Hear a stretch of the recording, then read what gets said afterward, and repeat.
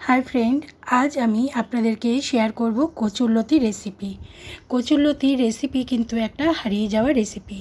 আগেকার দিনে দিদিমা ঠাকুমারা কিন্তু এই রান্নাটা ভীষণভাবে করতেন, কিন্তু এখন আর এই রান্নাটার কিন্তু তেমন একটা চল নেই। তো আজকে আমি এই রান্নাটা করেছি চিংড়ি মাছ দিয়ে। এটা নিরামিষভাবেও করা যায়, তো চিংড়ি মাছ দিয়েও কিন্তু রান্নাটা দারুণ লাগে। তো চলুন আজকে এই রান্নাটা আমি শেয়ার করছি কিভাবে করলাম। আমি দেখুন এই কড়াইয়ের মধ্যে কচুরলতিটা ভালো করে কেটে নিয়ে সেদ্ধ করতে বসিয়ে দিলাম। আগে কিন্তু খুব সুন্দরভাবে লতিটা ছাড়িয়ে নিতে হবে। ছাড়িয়ে নিয়ে তারপর টুকরো টুকরো করে কেটে এইভাবে জলের মধ্যে সেদ্ধ করতে দিতে হবে। আর দিয়ে দিলাম লবণ পরিমাণ মতন, 1 চামচ দিলাম আমি যতটা লতি রয়েছে। তো লবণটা দিয়ে এবার একটু ঢাকা দিয়ে দিলাম। আর এদিকে চিংড়ি মাছগুলো খোসা ছাড়িয়ে ধুয়ে রাখা আছে। এটাকে এবার নুন আর হলুদ দিয়ে আমি মেখে নিচ্ছি। নুন হলুদ দিয়ে মেখে এটা রেখে দিলাম। আর এদিকে কচুরলতিটা কিন্তু সেদ্ধ প্রায় হয়ে গেছে। এটা খুব বেশি সেদ্ধ করা যাবে না, 5 মিনিট মতন সেদ্ধ করলেই যথেষ্ট। আমি একটু লেবুর রস চিপে দিয়ে দিলাম যাতে গলা না ধরে। অনেক সময় কচুরলতিতে কিন্তু গলা ধরে, তো সেই ক্ষেত্রে লেবুর রস দিয়ে দিলে সেই সম্ভাবনা কিন্তু আর থাকবে না। একটুখানি নাড়িয়ে চাড়িয়ে নিলাম, নিয়ে এবার আমি ছেঁকে নেব। এটা কচুরলতিটা আমি ছেঁকে রেখে দিয়েছি। এবার ওই কড়াইতেই আমি দিয়ে দিয়েছি পরিমাণ মতো তেল। তেলের মধ্যে দিয়ে দিলাম কালো জিরে ফোড়ন, দিয়ে দিলাম 4টে কাঁচা লঙ্কা আর 2টো কুচনো পেঁয়াজ। কচুরলতি রেসিপিটা কিন্তু একটু তেল দিলেই বেশি ভালো হয় খেতে। তেলের পরিমাণটা যতটা লাগবে তার থেকে একটু বেশি দিলেই বেশি ভালো হয়। তো দেখুন আমি এবার পেঁয়াজটাকে ভালো করে ভেজে নিচ্ছি।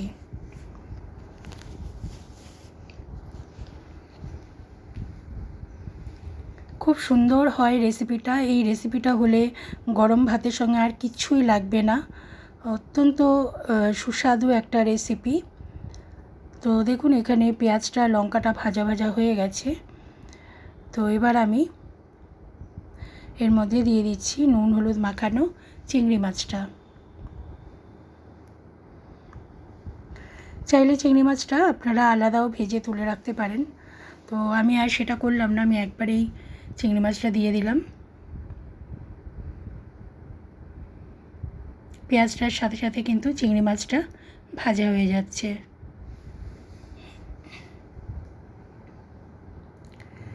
এবার আমি এর মধ্যে জল ছড়ানো লতিগুলো দিয়ে দিলাম, দিয়ে বেশ করে একটু নাড়িয়ে চাড়িয়ে নিচ্ছি।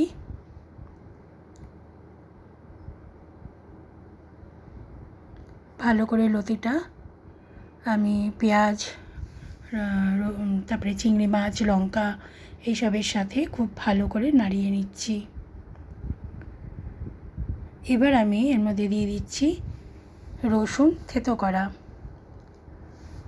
আপনারা চাইলে মিক্সিতে বেটেও নিতে পারেন, তো আমি কুচো কুচো করে নিয়েছি। এবার দিয়ে দিলাম লবণ পরিমাণ মতন আর দিয়ে দিলাম হলুদ গুঁড়ো।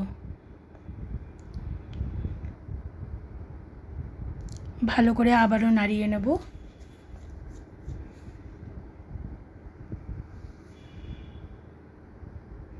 খুব ভালো করে লবণ আর হলুদটা যাতে মিক্সড হয়ে যায় লতির সাথে, সেইভাবে নাড়াচাড়া করে নিলাম।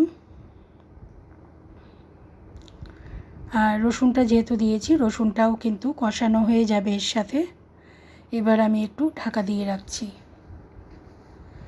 5 মিনিট পর আমি ফিরে এলাম, দিয়ে দিলাম একটুখানি গুঁড়ো লঙ্কা কাশ্মীরি মির্চ, কালারটা ভালো আসবে বলে। আর কচুরলতি একটু ঝাল ঝাল ভালো লাগে, তো আমি এখানে 4টে কাঁচা লঙ্কা দিয়েছি, কারণ কাঁচা লঙ্কাগুলো অনেকটাই ঝাল।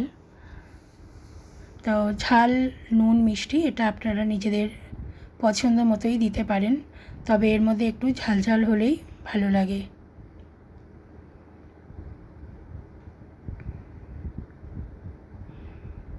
দেখুন ভালো করে নাড়িয়ে এটা কষিয়ে নিয়েছি, এটা মিক্সড হয়ে যাচ্ছে আস্তে আস্তে।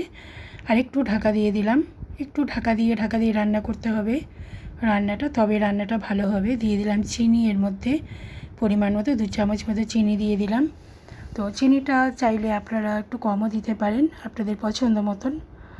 তো চিনিটা দিয়ে দিলাম, দিয়ে এবার আমি নাড়িয়ে নেব ভালো করে।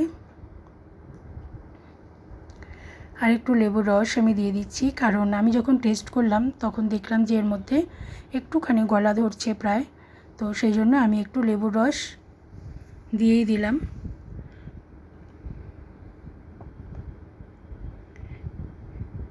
ভালো করে নাড়াচাড়া করে নেব।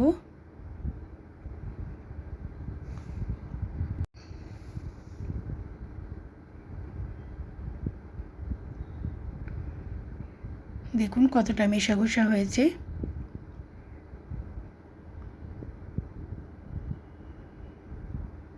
এটা প্রায় হয়ে এসছে রেসিপিটা। তো আপনাদের কেমন লাগলো আপনারা কিন্তু অবশ্যই জানাবেন। আর ভালো লাগলে লাইক, শেয়ার আর কমেন্ট করতে ভুলবেন না। আর যারা আমার নতুন বন্ধু আসছেন তারা অবশ্যই একটা সাবস্ক্রাইব করে দেবেন প্লিজ। তো দেখুন এটা হয়ে গেছে, এবার আমি এটা সার্ভ করে দেব। এটা কিন্তু দুর্দান্ত টেস্টি একটা রেসিপি, আর দারুণ দেখতে যেমন হয়েছে, খেতেও কিন্তু দারুণ সুস্বাদু হয়েছে। গরম গরম ভাতের সঙ্গে কিন্তু এটা দুর্দান্ত।